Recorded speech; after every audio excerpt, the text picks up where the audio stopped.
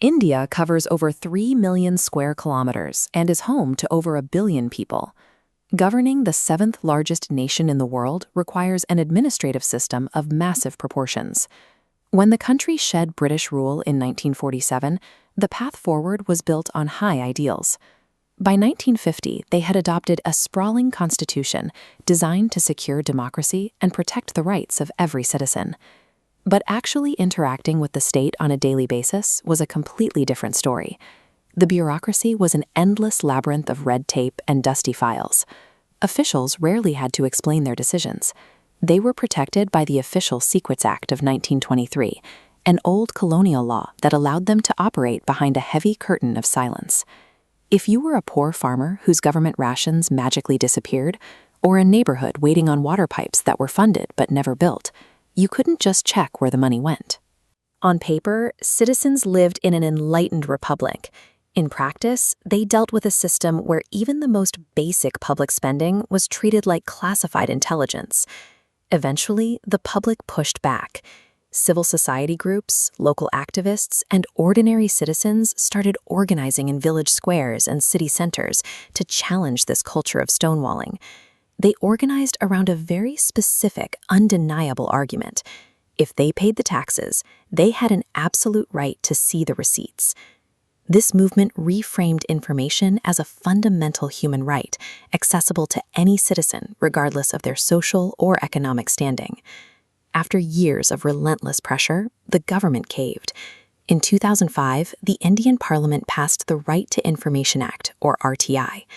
The law established a radical new standard. Any ordinary citizen was now legally authorized to demand information from a public authority. For an application fee of just 10 rupees, the entire legal process begins. You don't ask vague questions.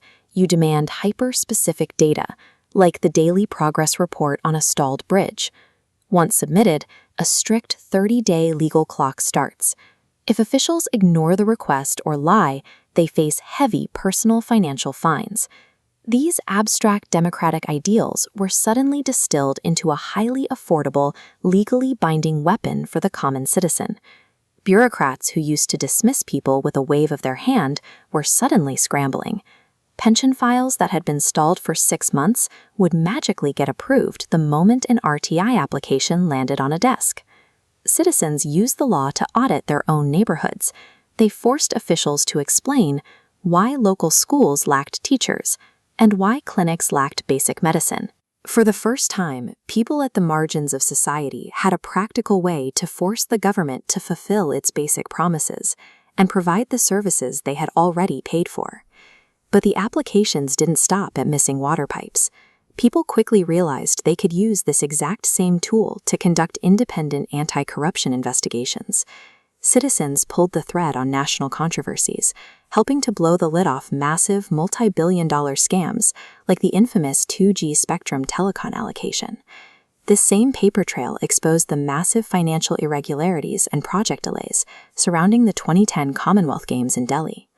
This crowdsourced oversight meant that millions of citizens could now act as independent investigators, tracking public funds from the national budget down to the smallest local contract. But dismantling entrenched systemic corruption comes with severe risks. Grassroots activists who use these requests to expose dangerous criminals and corrupt politicians put themselves in direct physical danger, and tragically, many faced violent retaliation simply for asking questions. Yet, despite the intense pushback, the 2005 law remains in place, shifting the power dynamic across one of the most populated nations on Earth. The RTI Act placed democratic power directly into the hands of anyone willing to fill out a 10 rupee form and demand the truth.